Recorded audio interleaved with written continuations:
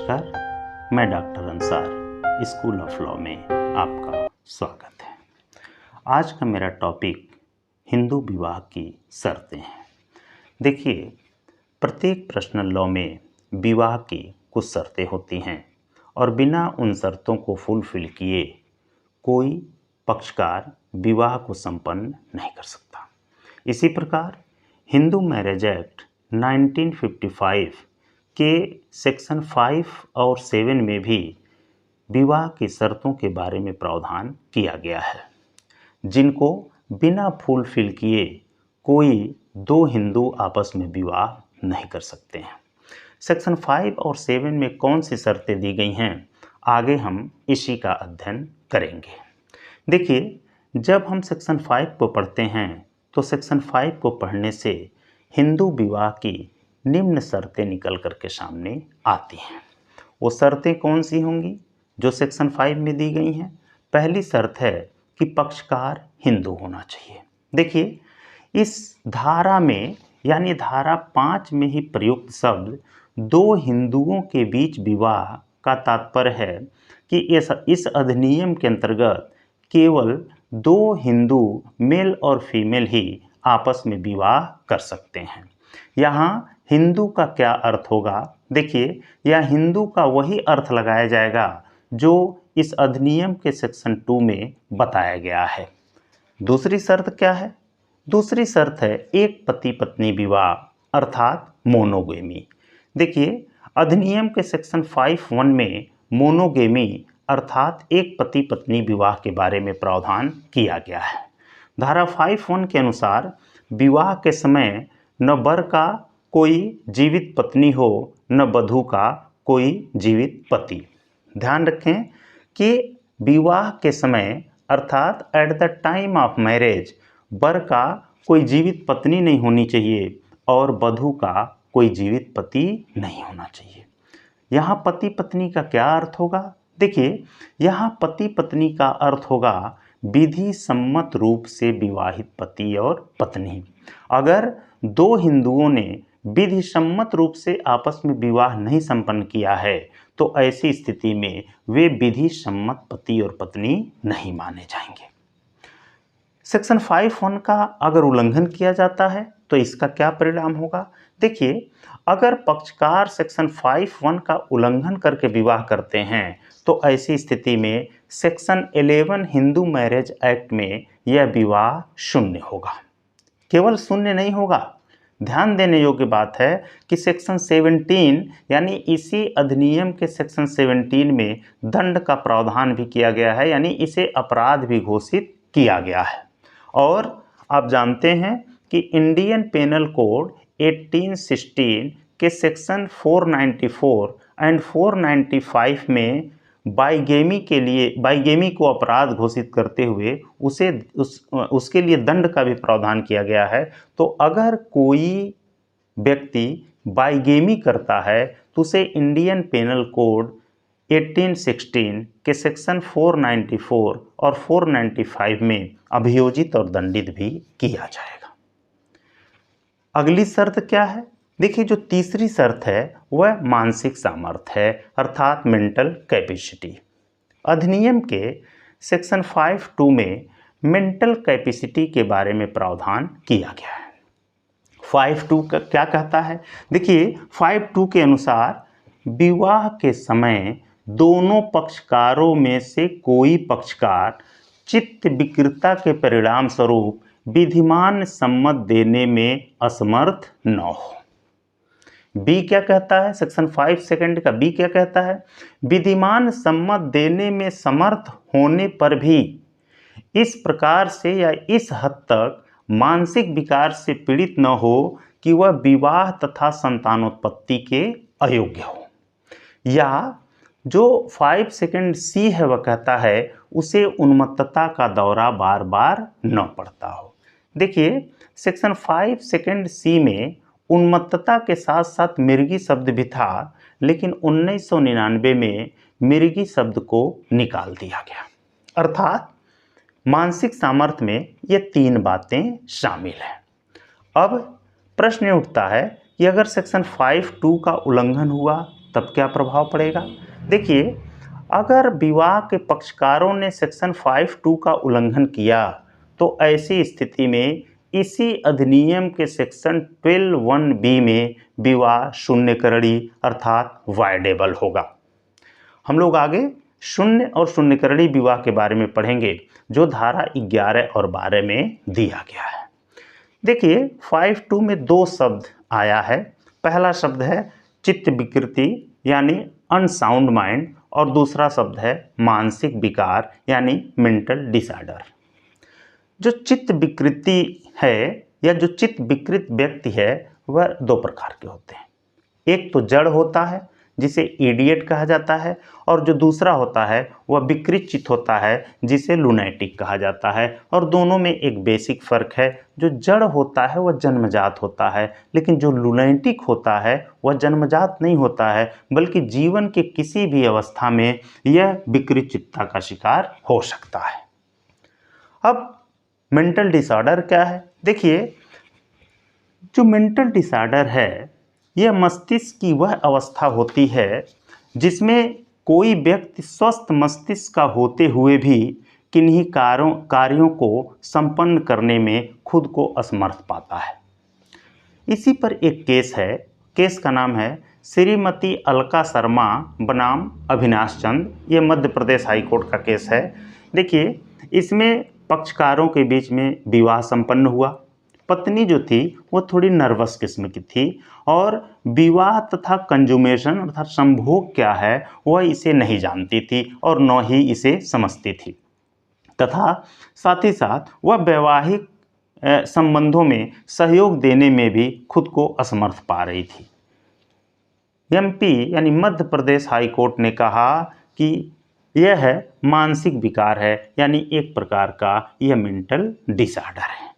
देखिए, नेक्स्ट जो शर्त है वह पक्षकारों की आयु यानी एज ऑफ पार्टीज के बारे में बताया गया है सेक्शन 5(3) में कि एज ऑफ पार्टीज। देखिए, जब एज ऑफ पार्टीज यानी पक्षकारों की आयु को हम पढ़ते हैं तो इसको हम दो भागों में बांट देते हैं। पहला है 1978 के पूर्व की स्थिति और दूसरा है 1978 के बाद की स्थिति। देखिए, 1978 के पूर्व जब दो हिंदू मेल और फीमेल आपस में विवाह करते थे तो वर की उम्र 18 वर्ष तथा वधू की उम्र 15 वर्ष होना जरूरी था। लेकिन 1978 में इसमें बदलाव कर दिया गया तथा वर्तमान में अब जो वर की आयु है वह 21 वर्ष है तथा जो वधू की आयु है वह 18 वर्ष है।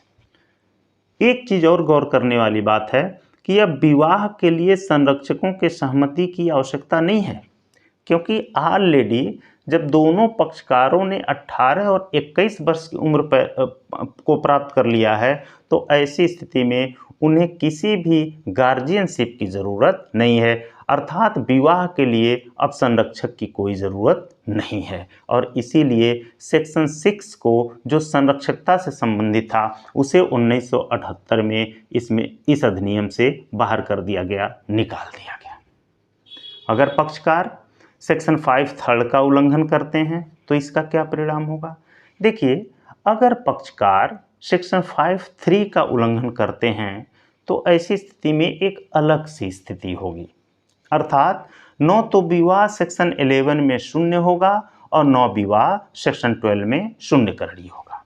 अर्थात कहने का मतलब यह है कि विवाह की वैधता पर कोई प्रभाव नहीं पड़ेगा।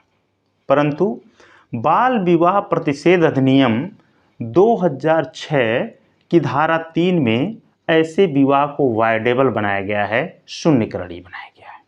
लेकिन अगर सेक्शन 5(3) का उल्लंघन होता है तो ऐसी स्थिति में सेक्शन 18A में दंड का प्रावधान किया गया है। इसी अधिनियम के सेक्शन 18(1) में दंड का प्रावधान किया गया है। वह दंड का प्रावधान क्या है?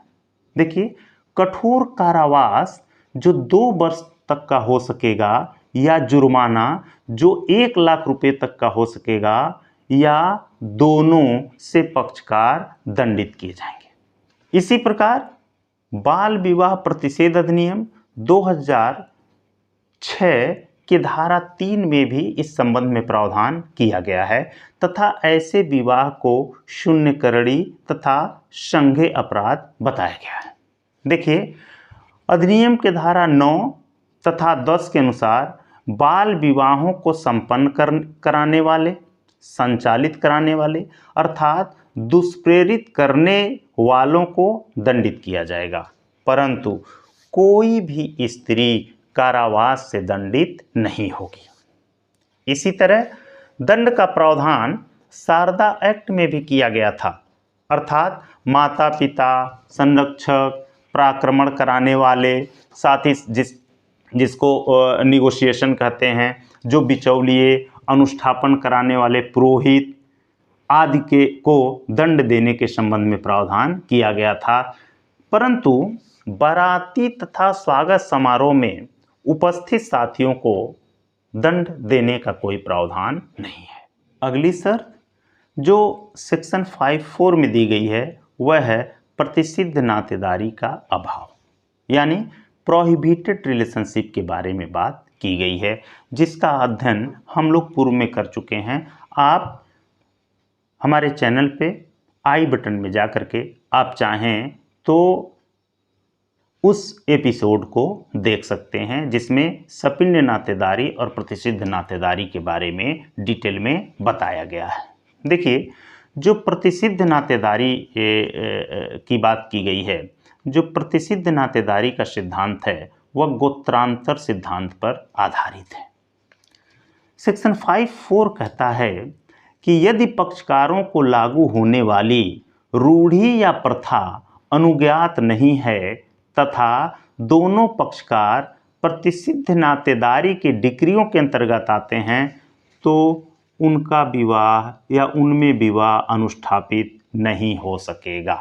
कहने का मतलब यह है कि अगर पक्षकारों के वहाँ लागू होने वाली कोई रूढ़ि या प्रथा नहीं है जिसके द्वारा प्रतिसिद्ध नातेदारी में विवाह को वैध ठहराया गया हो या वैध बनाया गया हो, ऐसी स्थिति में अगर पक्षकार प्रतिसिद्ध नातेदारी के बीच में आते हैं तो ऐसी स्थिति में उनके बीच विवाह को संपन्न नहीं कराया जा सकेगा। जो नेक्स्ट शर्त है वह है सपिंड नातेदारी का अभाव। अब देखिए, ठीक वही बात जो सेक्शन 5(4) में कही गई है कि यदि पक्षकारों के वहाँ लागू होने वाली कोई रूढ़ि या प्रथा अनुज्ञात नहीं है तथा दोनों एक दूसरे के सपिंड हैं तो विवाह अनुष्ठापित नहीं किया जा सकेगा। कहने का मतलब यह है कि अगर पक्षकारों यानी जो वर और वधू हैं उनके वहाँ लागू कोई ऐसी रूढ़ि प्रथा नहीं है जिसमें सपिंड नातेदारी में विवाह को वैध बताया गया हो, तो ऐसी स्थिति में अगर विवाह सपिंड नातेदारी में होता है यानी पक्षकार अगर सपिंड नातेदारी के अंतर्गत आते हैं तो ऐसी स्थिति में विवाह पक्षकारों के बीच अनुष्ठापित नहीं किया जा सकेगा। और आप जानते हैं सेक्शन 3 में सपिंड और प्रतिसिद्ध नातेदारी के बारे में बताया गया है। धारा 5(4) और धारा 5(5) के उल्लंघन का क्या प्रभाव होगा। देखिए, अगर पक्षकार धारा 5(4) और 5(5) यानी 5(4) एंड 5(5) का वायलेशन करके विवाह संपन्न करते हैं तो पहली स्थिति जो होगी वह है कि सेक्शन 11 में उनका विवाह शून्य होगा तथा सेक्शन 18B में 18B में पक्षकार दंडित भी किए जाएंगे। दंड का क्या प्रावधान है। देखिए, सादा कारावास जो 1 माह तक का हो सकेगा या जुर्माना जो 1000 रुपये तक का हो सकेगा या दोनों से पक्षकार दंडित किए जाएंगे। हिंदू विवाह की शर्तों के बारे में जो नेक्स्ट प्रावधान है वह सेक्शन 7 में दिया गया है, सेक्शन 7 में दिया गया है। अर्थात सेक्शन 7 में हिंदू विवाह के लिए कर्मकांड की बात की गई है। सेक्शन 7 में क्या कहा गया है। सेक्शन 7 के 2 पार्ट हैं, 7(1) और 7(2).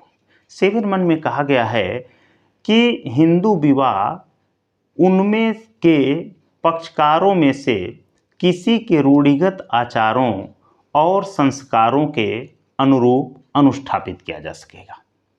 सेक्शन 7(2) कहता है जहाँ की ऐसे आचार और संस्कार के अंतर्गत सप्तपदी है, अर्थात अग्नि के समक्ष वर वधू को संयुक्त रूप से 7 पद लेना, वहाँ विवाह पूरा और बाध्यकर तब तक नहीं होगा जब तक कि 7वां पद पूरा न कर लिया जाए। कहने का मतलब यह है 7.1 कहता है कि अगर पक्षकारों के वहाँ कोई भी ऐसी रूढ़िगत आचार और संस्कार है तो ऐसी स्थिति में उस रूढ़िगत आचार और संस्कार को वो फुलफिल करके विवाह कर सकते हैं। वह जो रूढ़िगत आचार और संस्कार है वह सेक्शन 3 में जो रूढ़ि और प्रथा को परिभाषित की गई है उसके अनुसार होना चाहिए। सेक्शन 7.2 ये कहता है कि जहाँ की आचारों और संस्कारों के अंतर्गत सप्तपदी है, वहाँ अग्नि के समक्ष जब तक पक्षकार 7 पद 7 स्टेप नहीं चलेंगे तब तक उनका विवाह संपन्न नहीं होगा। ध्यान रखिएगा 7 स्टेप 7 पद की बात की गई है, यह बड़ी ही ध्यान देने योग्य है। सेक्शन 7 के उल्लंघन के संबंध में कहीं पर यह नहीं बताया गया है कि अगर सेक्शन 7(1) और 2 का उल्लंघन होता है तो ऐसी स्थिति में विवाह पर क्या प्रभाव पड़ेगा, कहीं पर भी यह बात बताई नहीं गई है। लेकिन सेक्शन 7 में ही एक शब्द यूज किया गया है, विवाह पूरा और बाध्यकर, यानी विवाह पूरा और बाध्यकर तभी होगा जब पक्षकार सेक्शन 7(1) और 7(2) की शर्तों को पूरा करें। देखिए यहाँ पूरा और बाध्यकर को अगर आप दूसरे सेंस में समझें तो इसका मतलब ये हो गया कि अगर 7(1) या 7(2) में जो शर्तें दी गई हैं उसको पक्षकार पूरा फुलफिल नहीं करते हैं तो फिर उनका विवाह पूरा और बाध्यकर नहीं होगा। इसका मतलब क्या होगा, यानी उनका विवाह विधिमान नहीं होगा। अब एक प्रश्न उठता है, प्रश्न क्या है? प्रश्न यह है, क्या वैवाहिक अनुष्ठापन को संपन्न करना विवाह की वैधता के लिए आवश्यक है? यस, हाँ, वैवाहिक अनुष्ठापन को पूरा करना विवाह की वैधता के लिए आवश्यक है। देखिए, यदि कोई युगल या कोई पक्षकार आवश्यक अनुष्ठानों को छोड़कर 101 या इससे ज़्यादा कोई अनुष्ठापन भी कर लें तो वह अमान्य होगा। कहने का मतलब यह है सेक्शन 7 में जो अनुष्ठान दिया गया, अनुष्ठापन दिया गया है उसी को ही फुलफिल करना होगा। इसके अलावा जितने भी आप अनुष्ठान कर लें उसका कोई महत्व नहीं होगा। जो भी अनुष्ठापन विधि के अंतर्गत या पक्षकारों के यहाँ रूढ़ी के अंतर्गत या उनमें किसी एक के यहाँ आवश्यक है, उनमें से किसी एक को वे संपन्न करके अपना विवाह पूरा कर सकते हैं। यदि मान लीजिए एक धर्मतः हिंदू है, जैसा कि सेक्शन 2 में बताया गया है कि अधिनियम किन लोगों पर लागू होगा, जिन लोगों पर भी लागू होगा वह सभी लोग इस अधिनियम के प्रयोजन हेतु हिंदू माने जाएंगे। यदि एक धर्मतः हिंदू तथा एक सिख के बीच में विवाह हो रहा है या एक धर्मतः हिंदू एक सिख से विवाह करता है तो ऐसी स्थिति में वह या तो सप्तपदी को संपन्न कर ले या आनंद कारज को संपन्न कर ले, दोनों में से कोई एक अनुष्ठापन करके उनका विवाह संपन्न किया जा सकता है, जैसा कि 7(1) और 7(2) में बताया गया है। अब एक प्रश्न और बनता है, एक प्रश्न यह है कि क्या बाइगेमी के अभियोजन यानी सेक्शन 5(1) का उल्लंघन तथा दाम्पत्य अधिकारों की प्रतिस्थापना जो सेक्शन 9 में दी गई है कि याचिका को सफल बनाने के लिए विवाह का अनुष्ठापन आवश्यक है? यस, आवश्यक है। बिना विवाह के अनुष्ठापन को संपन्न किए विवाह पूर्ण और बाध्यकर होगा ही नहीं, और अगर विवाह पूर्ण और बाध्यकर नहीं होगा तो ऐसी स्थिति में जो मैट्रिमोनियल रिलीफ है वह पक्षकारों को नहीं मिलेगा, यानी जो वैवाहिक अनुतोष है वह पक्षकारों को नहीं मिलेगा। इस विषय पर एक केस है और केस का नाम है डॉक्टर KM मुखर्जी बनाम स्टेट, 1969 का केस है, इलाहाबाद हाई कोर्ट का केस है। देखिए इस मामले में क्या था कि इस मामले में डॉक्टर मुखर्जी द्विविवाह के लिए उनको अभियोजित किया गया। डॉक्टर मुखर्जी ने अपना जो दूसरा विवाह किया था उसमें उन्होंने 3 अनुष्ठापन किए थे। पहला अनुष्ठापन उन्होंने चंद्रमा अनुष्ठापन किया था, दूसरा अनुष्ठापन उन्होंने क्या किया था, काली मंदिर में युगल द्वारा एक दूसरे के गले में माला डाला गया था तथा 7 पग चला गया था। यानी पहला अनुष्ठापन चंद्रमा अनुष्ठापन किया गया था, दूसरा काली मंदिर में युगल द्वारा एक दूसरे के गले में माला डाला गया था तथा 7 पद काली मंदिर में चला गया था, और तीसरा गुरु ग्रंथ साहब के समक्ष भी कुछ अनुष्ठापन किए गए थे। कहने का मतलब ये है कि कुछ मुस्लिम धर्म के अनुसार अनुष्ठापन किए गए थे, कुछ हिंदू धर्म से संबंधित अनुष्ठापन किए गए थे तथा कुछ सिख धर्म से संबंधित अनुष्ठापन भी किए गए थे। लेकिन ध्यान देने योग्य बात है कि इस मामले में कोई भी अनुष्ठापन ऐसा नहीं था जो विधि द्वारा वर या वधू के वहाँ बाध्यकर हो, या वर या वधू के वहाँ बाध्यकर होने वाला कोई भी अनुष्ठापन इसमें नहीं था। चूंकि वैध अनुष्ठापन ही नहीं किया गया था, तो ऐसी स्थिति में इनका जो विवाह है वो संपन्न नहीं हुआ, अर्थात पूरा नहीं हुआ। और अगर डॉक्टर के.एम. मुखर्जी बनाम स्टेट के मामले में जैसा कि कहा गया कि उनका विवाह जब संपूर्ण ही नहीं हुआ, पूरा ही नहीं हुआ, क्योंकि उन्होंने सेक्शन 7 की शर्तों को फुलफिल नहीं किया था, तो ऐसी स्थिति में उनको किसी भी प्रकार का मैट्रिमोनियल रिलीफ नहीं मिलेगा। अर्थात जब विवाह पूरा ही नहीं हुआ तो ऐसी स्थिति में न तो बाइगेमी का प्रश्न उठता है और न तो रेस्टिट्यूशन ऑफ कंजुगल राइट यानी दाम्पत्य अधिकारों के प्रतिस्थापना का प्रश्न उठता है, न अन्य प्रकार के किसी भी मैट्रिमोनियल रिलीफ वैवाहिक अनुतोष का प्रश्न उठता है। इसी के साथ आज के इस एपिसोड को ख़त्म करने की मुझे इजाज़त दीजिए। अगर ये एपिसोड आपको पसंद आया हो तो आप मेरे चैनल को लाइक करें, शेयर करें तथा सब्सक्राइब करें। हो सके तो बेल आइकन भी दबाएं तथा हो सके तो मेरे चैनल को आप ज्वाइन भी करें। इस तरह की जानकारी हम हमेशा आपके सामने लेकर के आते रहेंगे। इसी के साथ आदाब, नमस्कार।